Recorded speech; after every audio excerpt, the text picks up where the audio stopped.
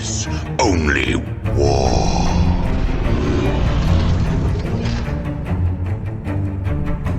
What is up, gents? 40k Dirtbags here. We got a battle report for you today. We are playing Death Guard versus Jack's Custodes. This is pre-point difference, but we were testing out, kind of losing out on fight first and no more wound saves and stuff like that. So this is great battle report still because Death Guard didn't change at all. So the list that Jack ran is almost exactly the same as after the points and the nerfs, and then I'm running the same exact list. Now this is the first time we're running Death Guard without Morty, so if you guys are thinking about not putting Morty in a list, this is exactly what would happen if you don't. So we'll see if we can play it kind of the same as we did. You get about 300 and something points extra in your list with Death Guard compared to prior with Morty. Now, when I brought Morty, it died 2 times actually to a Vindicator solo. So when I played Mike, the Vindicator took out Morty by himself. So like, all right, maybe we don't need Morty. So we're going to test it out without Morty today. So if you guys are new to the channel, appreciate clicking on the video. We do a lot of battle reports on the station. It's basically a competitive beer and pretzel 40k channel. Play all different types of lists, mostly competitive. We do some fun lists here and there. We do a lot of live streams on patreon.com, so appreciate all my Patreons. Wouldn't be doing this without you. We are so close to the $1,000 a month tier to kind of give away a huge giveaway to prizes, models, merch, all that stuff. We did it at 500. We're doing it again at 1,000, then we get it at 1,500 and keep going. But it's all from the support of you guys. So we're just going to buy a shit ton of stuff and just give it away once we hit that. So we got a lot of stuff coming up in 2024. We are going to Lone Star Open. That's the first time me and Mike are actually heading out there. So we're going to head out there, support the troops. Then we have ACO, Atlantic City Open. That's coming up at the end of June, I believe. It's so fast. It's crazy. Nova is coming up at the end of August, and then LVO Las Vegas Open. So we couldn't be going to all those GTs. We already have our tickets ready to go. And if you guys come up to me and say, yo, I'm a dirtbag, I got limited edition dirtbag dice I hand out just for the support of you guys, because you guys are freaking awesome. Let's go Dirtbag Nation. Then we got the merch. So merch, we did get new widgets. So if you guys are interested in these widgets, they are used in every single game, honestly. Every single game I use my widgets. It's 6 inches, 2 inches, 4 inches, 1 inch, and then breaks off into a 3 inch, 1 inch, 2 inch. So these are used, no arguing when you guys are measuring or making charges, stuff like that. The stickers are always up for sale on Discord, same with the dice and proxies. So if you guys are interested in any of these, hit me up on discord.com. And if you guys want somebody in your corner to go over list ideas, tactics, all that stuff, that's what the Patreon's for. It's always good anytime, any game you play, it's always good to have somebody in your corner to bounce ideas off of and make sure you're doing the right stuff. And that's what the Dirtbag Nation Patreon is for. So we're going to get into the lists first, and then after the list, we're going to go over picture by picture, turn by turn, 30-minute battle report, just so you guys can see the tactics, how we play it, and how to get better and what we would have done differently. I'm going to start doing the battle reports moving forward. We're going to start doing recaps at the end of the battle report when it's live, when it's still fresh in our head.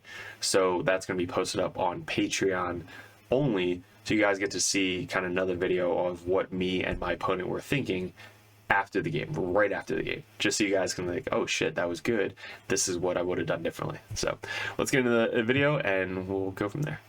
All right, today we took Morty out, so he is not in the picture anymore. We have Typhus though, little old school Typhus metal model. We have a Sorcerer. We have 2 units of Death Shroud, 2 units of 10 Cultists, 3 of the bloat drones. One of them has the flesh mower. It's little zombies on the bottom with sights. That's the flesh mower. The other 2 are the guns. We have 2 brigands. They both have the Meltas and Gatling guns. We have a beast, which I actually am borrowing a beast from somebody at the store, which I don't have with me. So that is going to be a beast of Nurgle. This is going to be a Rhino, a little old school Rhino. It's actually legal still because it is a Games Workshop model. 2 units of 5 Plague Marines. 2 units of Nurgles, 2 of the Grenade dudes, Ballast Putrefiers, they're super good. 3 Predators, 1, 2 Predators, and this one is the same size as a Predator. We're going to be proxying it as our 3rd Predator in this matchup. So there is our 2,000 point Death Guard. Just admiring Jack's paint job on his Land Raider. All the decal work with even the lettering on the side. Just looks amazing. All right, Jack, what do we got today? 2K, we're still playing old school shield host rules. Last game, old school shield hosts. Pretty much. Trajan with a squad of 5 guard. They actually have spears, even though they're physically modeled with swords. Working on those right now. 2 more units of guard. One has a Vaxilla with Drax. The other one has a Blade Champion with Veiled Blade. Oh, you're trying it? I'm trying to Nice. them. It's been a while. So good. 2 units of 2 Terminators, or Lore's Terminators. 2 units of Witch Seekers. Squad of Inquisitorial Henchmen. There's some of the old resin ones. Oh, you don't have the brand new ones? I have the plastic ones. They're just not physically sprayed and painted and everything yet. These look awesome too. Yeah. Callous Assassin. And I think I said Venatari Custodes. If not, there they go. Jumpy birds. Jumpy Birds. And what's this thing? That is a Godhammer, Venerable Godhammer Land Raider. Gotta love a Land Raider hitting on 2s automatically. Yeah. You don't have to buff it. 4 Lash Cannons, 2 Heavy Bolters, Sick. or Twin-Linked Heavy Bolters. It's actually a good list. I like it. I'm giving it a shot. A lot of flexibility. It's called my Flappy Raider. All right, guys. So those are the lists, and like I said, his didn't really change much from the new battle report or the new Stodes to the old Stodes. So this is the layout that we're using. I forget what it's called, but we're probably going to be using this for our new alternate universes terrain setup. The clear plexiglass is actually a sponsor of Rexar Lasers. They are freaking awesome. They're actually located out in Texas.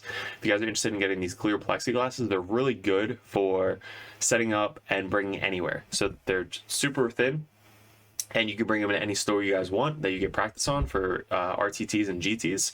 And a lot of stores don't have the best terrain, so at least having rectangles and then putting whatever you want on top of it and kind of using your imagination, you could do it that way. Or Rexar Lasers actually sells an entire kit. If you use Dirtbag, code word Dirtbag, you get free shipping on any order over $50. And you can actually get your own symbols in the center and etch. Or if you want the Dirtbag etch, you can do that as well. But yeah, super worth it. You guys, check them out. They're in the link below.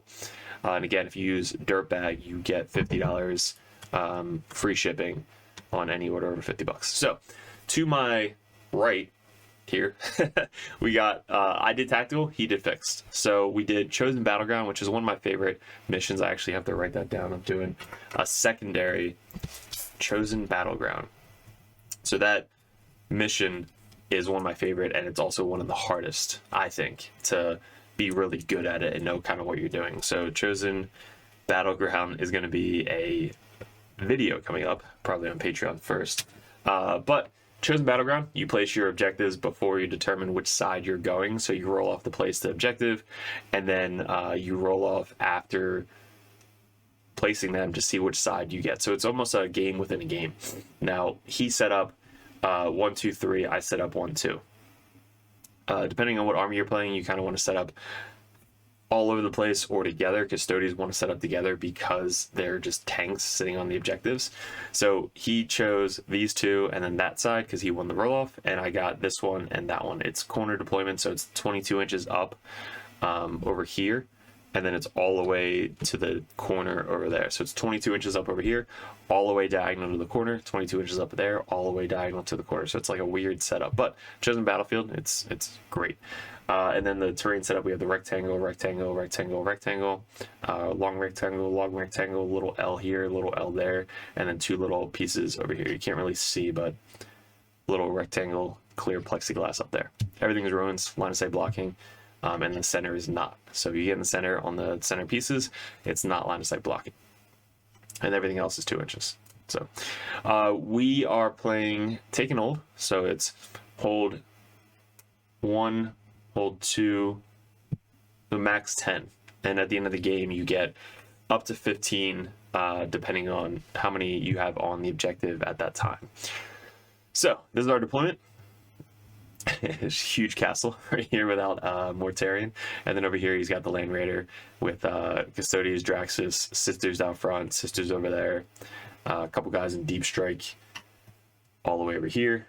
He's got the Venatari in Deep Strike, the Henchman walking on, Trajan in Deep Strike, and the 2 guys in Deep Strike, the 2 little termies. We set up Nurglings up here in case we get investigate signals, so we can move up, be wholly within 9. And then we deep struck a bunch of other guys off the table as well. These guys are here so that way they can scout move up or scout move back. These 3 guys are there trying to block line of sight and just get out and do secondaries. 2 predators wrapped up. This is also another predator. I apologize, you guys probably already know, but this is another predator. I actually had my 3rd predator printed, wasn't handed to me in time, so we're proxying this one. And this is a normal rhino right there. Very Death Guard-y. I did it when I was 16. And this one just got to show it off. This one has a pool of heads floating in the back. Cool. And then we have these guys right there to scout move up or back to be protected.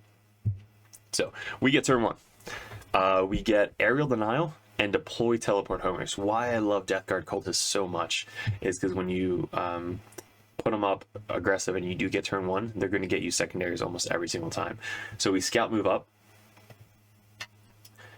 to here, right behind here, and then we advance, or then we scooch up to here and get wholly within 6 inches. 6 inches, that little bottle right there. So wholly within 6 inches right here. And that got us both aerial denial and deploy teleport homers, which was awesome points worth for this Death Guard unit. If they die, 50 points well worth it. So that got me 8 points turn 1. Great start for the Death Guard. Everything else just basically advanced up. So we try to get behind this cover as much as possible. We have 1 flesh mower, which is these zombies, and the other 2 are AP2 or 2 up save. No, fuck. 2 up anti-infantry. Sorry. 2 up anti-infantry. Predator advances up over there. Predator stays back here. Predator stays back there. These guys advance back to try and block out the backfield. And these guys move up to try and just be ready for investigate signals over there. So that was our turn 1. Nothing really crazy. We made this one sticky, that one sticky, and I ended my turn. So really quick turn 1. His turn 1, he gets cleanse and deploy. That's his fixed. So all he has to do is basically walk up, cleanse, and deploy in the center. Which I think he does. What does he get for deploy? He gets, oh, that's what it was. So the assassin got taken up and brought back down in my deployment zone, all the way in this corner back here. So great turn 1, deploy teleport over. Because obviously I'm not able to put anything over there, especially with Death Guard. This whole area right here is wide open. So if I would have just put any of my guys over here, he would just freaking shot the crap out of them. So I don't like this setup. For I guess this mission, it was, I just don't like the setup, honestly. It's so wide open. You go against Tau or any shooting army, you just die. The only benefit is like hiding in here or hiding in here, and then that's it. So if you go anywhere over here, then you're kind of screwed. Sometimes there's an objective right here, then yeah, you're boned. All right, so he gets cleanse on these 2 with this 1 unit right here. So he puts them close enough together that way you can cleanse on both these objectives with 1 unit. So he started them there, they scooch out, they're all within 2 inches, so that way they can cleanse both objectives. Now, if you're asking, how can you cleanse on 2 objectives? If you read cleanse, you count the amount of objectives that you're on at the end of the turn that you control, which are then cleansed. So you can basically cleanse 2 with 1 unit, which is awesome in 10th edition. Land Raider scooches up, gets a line of sight on the dudes right here, which obviously they just die. It's all the bolters and shooting. Draxus scooches up, advances up, gets the shots off on them to finish them off. And the other sisters are back there protected. He brought his assassin again back down in the corner to deploy teleport armor. So really good turn 1 for Jack. He gets 8 to match my 8 on turn 1. Turn 2, we then start bringing in some reserves. So our beast, which we're proxying for Typhus, because it's basically the same base size, he comes down right over there because we have overwhelming force and behind enemy lines. So I was able to get my beast back there for behind enemy lines, and the Nurglings did the same thing as his assassin, which is this weird deployment zone. They're able to get back there for behind enemy lines and still be within investigate signal if I get that eventually. So we got 2 behind enemy lines, pretty simple. And we brought these guys down to try and block off deep strikes. So these guys spread out over here. We brought in our vehicle in the back side over here to try and kill the assassin, because I freaking hate that assassin. And then we got some line of sight on these guys right here. He rapid ingressed these Terminators right here. to set up for next turn. He gets a free rapid ingress for this EthanThai, so they deep strike safely behind cover over here. Land Raider's still just chilling on the objective, and these guys all spread out. So we deep strike Typhus over here to try and get the charge off. We do we want to kill these sisters as soon as possible. We have overwhelming force, so we have to try and kill models on objectives, which is really only these sisters. We kill all but one, so we leave one sister alive. We don't get the points, and then we fail. Did we fail a charge? Yeah, so we fail a charge both times. So we brought down one Terminator brick over here to, again, block off deep strikes coming in back here. We spread out our cultists over here to block out. So we basically blocked off the entire bottom board edge of the zone and then all of the top board edge up here. So we got our guys in Rhino over here. So everything from here is blocked off, which is awesome. So all he can come in is basically his deployment zone or this little corner where the assassin is. Really good move blocking for us. We get 5 for behind enemy lines and 0 for overwhelming force because I couldn't kill anything off the objectives. Sisters, I thought easily I could have killed, but with the terrain setup, I just couldn't get line of sight to him again. So that was my turn 2. His turn 2, we only got 10 for primary, so we got 1 there and 1 there. His primary, he gets 15. So I guess this is a hold 1, hold 2, hold more. So he gets these 3 objectives, obviously. So he holds all 3 for 15 points. And then he gets cleanse on these 2 objectives again. And then he gets deployed teleport homers back in the corner because we weren't able to kill the assassin. The assassin lived. I think I rolled 2 1s on the Meltas from this guy to try and kill the assassin and failed miserably. So the assassin lived, and then he just basically kept them there for deployed teleport homer, so we were able to get 4 again in the corner and then cleanse on these 2 objectives. So scooches up cleanse, scooch over cleanse. What did he cleanse with this objective? Yeah, because he got 4 for cleanse. So did he cleanse with the freaking Land Raider? No, sisters, sorry. I apologize. Sisters are right here. So they just hopped up and cleansed there. And then the last sister that was alive, he spent 1 CP and cleansed there. Because that's an extra secondary that you don't want to waste. So he cleansed there with that sister. Terminators scooted up, try and get another fight. So they went after my vehicle because they get full rerolls to hit, wound, and hits and wounds against vehicles. So we went after my vehicle to try and tie this guy up, which was smart. Land Raider scooted up, guys got out and just nuked Typhus' squad. Like, it wasn't even close. I think I spent it's -1 to hit, and then I spent 2 CP for -1 damage, but it still wasn't enough. All these 3 guys are just waiting behind the cover to kind of come out and start mowing down these guys that got out of the Land Raider. So I have a huge ass Land Raider, a bunch of guys on the objective, really hard to try and take that over. This one sister's still alive, ready to go. And then the EthanThai hopped up 10 and then charged these guys, which they automatically have a -1 damage on a 2+ from the Sorcerer. So last game I played against Mike, I really wanted to make sure that the Sorcerer was played more defensively rather than offensively, so that way I can use them better, which I did here. Then the last guy walked in over here. I think I rapid ingressed over here, so that way I can move up, and then on my turn, scooch up and get melter range of this vehicle, which you'll see what happens. We scooch up our predators. So Predator scooches up, this Predator scooches up. This Predator died to the last cannons from the Land Raider. So one of my Predators is down already. Rhino still waiting to go with the guys inside. And that was his turn. So he gets an 8 again and 15 on primary. So huge turn 2 for Custodes. Our turn 3, we pick up 10 for primary. We have assassination and capture enemy outpost. So I have to try and get behind his Land Raider, behind his guys, behind his dudes. Like, it's impossible. So I can't get back there anytime soon. But assassination, I have an option between the Blade Champion or the assassin that's still in the corner, which we go after the assassin. So I shoot the assassin while engaged with these 2 Terminators. -1 to hit, so I shoot her, kill her.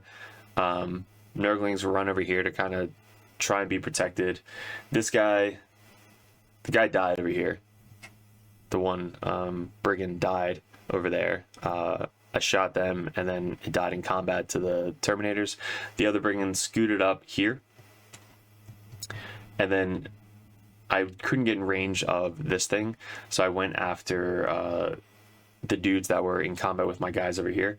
We fell back, so the Brigand can shoot them, took them off the table, and then all 3 dudes moved up here. So we had this thing moved up, this thing moved up. These guys got out, so they moved out here to try and get the charge off, but we failed the charge. Predator scooted up, so we basically shot everything into this unit and just murdered the unit. This guy's left on 3 wounds, and I couldn't capture the enemy outpost because he still has more OBSEC. This thing failed its charge. If this thing would have got in, he would have had 3, 6 to his 5, so we would have stole the objective on there, but we couldn't. And then I had the objective over here because I'm OBSEC 8, he's only OBSEC 4. So on his turn, he gets 10 instead of 15 for primary, which again, he has to cleanse and deploy teleport homer. So he's only able to really cleanse one of these 2 objectives, which he still has a sister unit here. So on his turn 3, he cleanses this objective with a sister, and then he gets deployed teleport homer with some dudes with the henchmen over here. So the henchmen walk in my deployment zone, which you're allowed to on turn 3. That's why I love these guys coming in from reserves. They can basically come in and do an action that you need, so they get to deploy as well back here because there's plenty of space now with all my guys dying. And then he's basically trying to sweep up. He gets these guys in combat over here. They were back here, so they basically scooch up and get the charge off to tie this thing up so he can't do actions. And then these guys are ready to move up and charge over here. They're basically waiting because these Plague Marines are about to move up, charge, and steal the objective. So they're kind of there for the counter. Trajan comes in over here, just basically steals the rest of this objective with the Terminator still alive. He gets cleansed for 1 action and then deployed for 4 again. So he's crushing secondaries.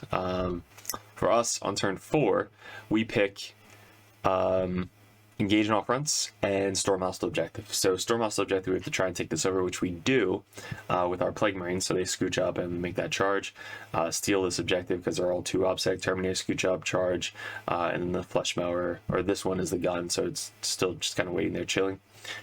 This thing still got met with the Terminator, just slap boxing back here. They can't kill each other. And then Trajan is waiting to charge over here. So he's still got a full unit with Trajan.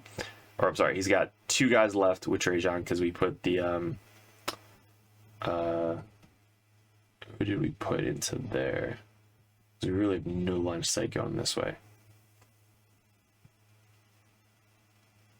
It probably could have been the guy, the melted dude coming in from the Brigand.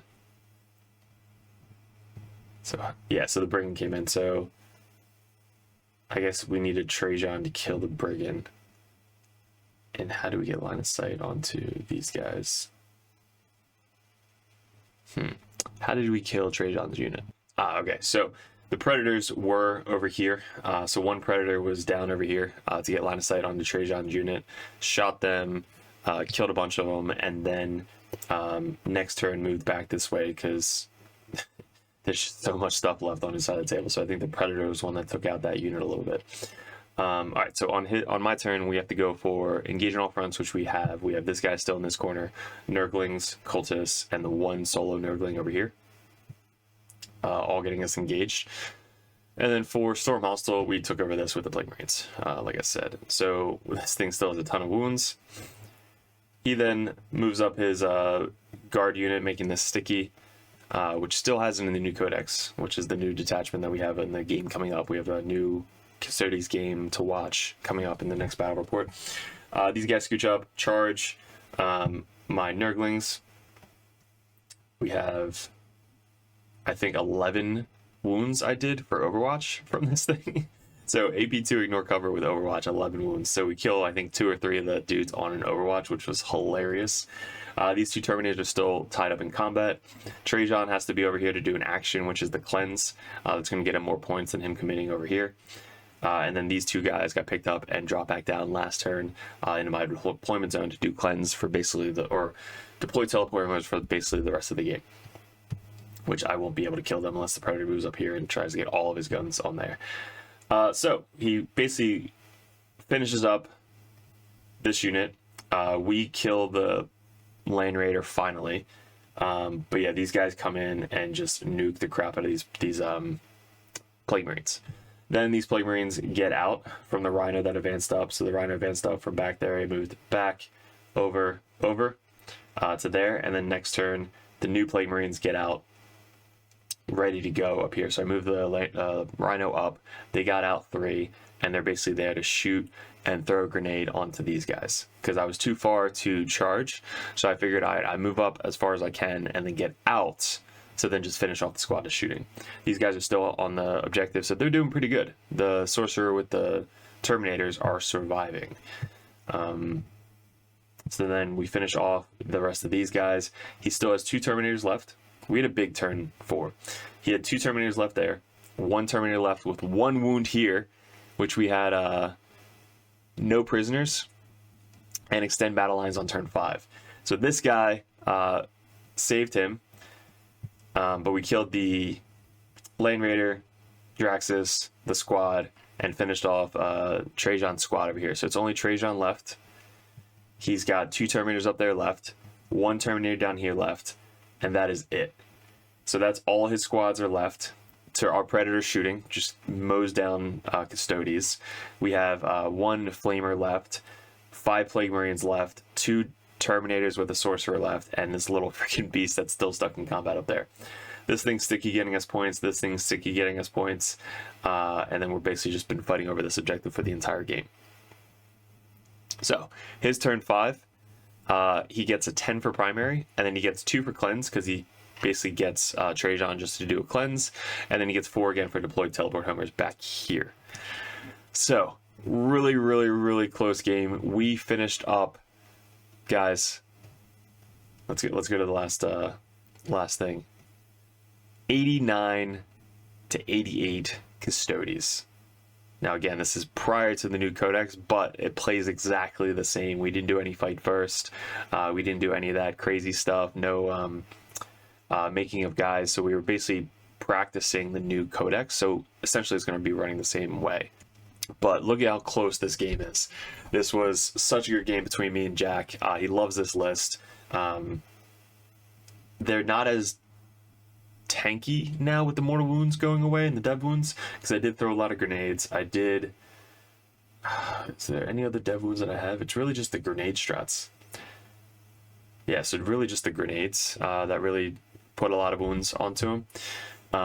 But he gets, or I get 40 out of 50 for take and hold primary, and then we get 38 out of 40 for secondary. So that's how close it was. We almost maxed out our secondary score with Death Guard, which right when I started playing Death Guard in 10th edition, that was one of the hardest things I had to do was secondaries because of how slow the army was. But adding rhinos with small man units of Plague Marines, with 3-man units of Terminators, with Nurglings, Cultists, like all those units make it way easier to get secondaries than just going 10-man bricks, 6-man Terminators, Morty, tanks, stuff like that.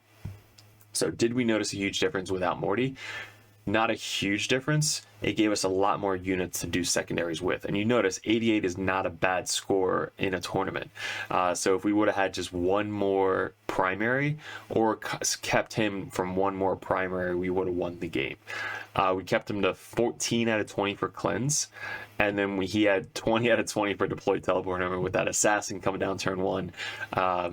Super, super clutch. So really good game. For him, the thing that he's changing with the list is he's bringing a 6-man Terminator brick instead of 2 2-mans. And then he's adding the captain with the ignore cover enhancement. So that way all of their grenades and guns are AP1 ignore cover, which actually did a lot of damage into my Silver Tide Grey Knight list. So that's basically what he changed. He still has the Land Raider, he still has 2 units of Sisters, he still has the Vinatari, he still has the Assassin with the Henchman, still has Draxus. He took out Trajan, so he has a Blade Champion with Guard, and then Draxus with Guard, and then 6-man Terminator with Character. And he might still have another 2-man Terminator unit, but very similar. That game is coming up, so if you guys are interested, head over to Patreon so you guys can watch it ahead of time before it hits YouTube. But let me know in the comments below what you liked, didn't like, how we can improve on these 30-minute battle reports. And if you guys are interested in the coaching, head over to the Dirtbag Nation Patreon page. If you guys, it's always good to have a coach in your corner, ask questions, ideas, tactics, anything you guys need. That's really what the Patreon page is for. And you get free stuff, stuff ahead of time that you can't see on Patreon or on YouTube, and specific tactics you can't get on YouTube. That's only on patreon.com.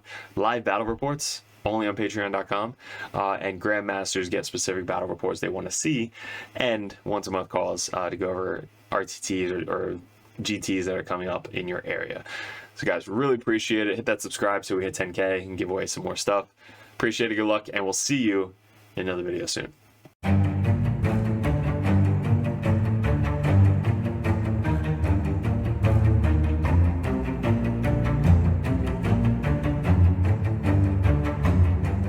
What's up, gents? 40k Dirtbags here. If you guys are thinking about joining the Patreon page, we're going to go over each tier and how it's going to benefit you and what you're looking for specifically to get out of 40k in 10th edition coming up. There's a lot of stuff to go over. There's a lot of tactical videos up on the channel, which is for free. There's going to be a bunch of perks that you get specifically for being a part of the Dirtbag Nation Patreon page.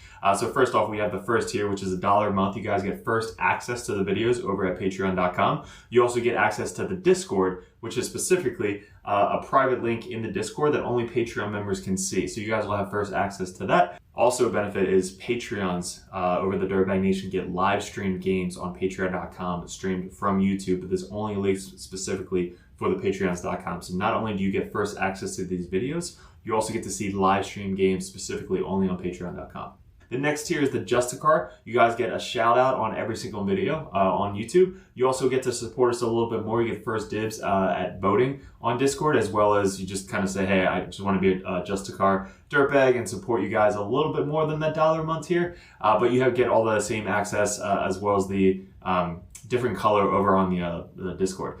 So the third tier is the competitive Dirtbag. This tier, you get a lot more one-on-one coaching. This is a lot of the Dirtbags over on the Dirtbag Nation. They are able to send out messages one-on-one, go over list ideas, tactics, anything you guys want to talk about. When I was getting into 40k, or really any game in general, I always wanted to message the top players in the meta and just ask them questions. This $10 a month tier gets you that opportunity to message us one-on-one on Discord, so that way we can actually coach you, give you our insights, suggestions, and that's going to get you better at the 40k 10th edition as a whole. So that tier alone, just $10 a month to have one-on-one coaching, one-on-one messages anytime throughout the month, that's going to be a perfect tier for you guys. Even if you're brand new to the game, we go over 1,000 point list, 1,500 point list, 2,000 point brand new starting list, team list, anything you guys need. That's what the competitive Dirtbag tier is for. Also, you get a little bit red number name tag on Discord, so people know that you're really serious about getting into the competitive scene. The Grandmaster Dirtbags. This is the all-in-all $25 a month tier. You get one-on-one coaching, everything we said prior to this, but you guys get to see me, Mike, any of the other Dirtbags play your specific list that you want to see tested out live on one of our battle reports. You guys get to mention, suggest videos you guys want to see coming up on patreon.com. So you guys get the above first tier benefit of everything that we do over at Dirtbag Nation. All the support mainly comes from you guys supporting us over here at Dirtbag Nation. And Grandmasters, I can't thank you enough, but for $25 a month, you get one-on-one coaching and anything you want to see live on the tabletop. So you get to see a professional play right in front of you. You guys get to kind of like see it one-on-one, and I'm actually making this specifically for you. There's also TTS events that you guys can suggest. If you guys want to do a first 1 or 2 turn run through on TTS, we can actually log in and coach you one-on-one with that. If you guys see us at any GTs, you guys get special benefits, free dice, stuff like that. Anytime you purchase a merch thing on Discord, you guys get a free limited edition Dirtbag dice sent to you with every single purchase on top of that. So there's a lot of benefits coming up with the Grandmaster Dirtbag. Because I can't thank you enough for supporting us. Definitely let me know which tier would be best for you if you go over to patreon.com and specifically go to a tier. And make sure you don't forget to message me up on Discord. That's where we check every single day. If you guys are really into getting into 10th edition 40k, head over to Patreon, join the competitive Dirtbag or the Grandmaster. Message me as many times as you possibly want, and I'll coach you the best I possibly can on any specific army that you guys play. Mainly our armies right now, currently, going into 2024, is going to be Chaos Space Marines, Grey Knights, Death Guard, And then we have Custodes, Sisters, and I think that's it going into the Wings of 2024. But again, any other army that you guys play, we have other coaches lined up for the Dirtbags that are ready to take on that role of the competitive Dirtbag page. So guys, really appreciate it. Thanks for clicking on the video. Thanks for joining the Dirtbag Nation if you guys are already a part of us. And we'll see you in another video soon.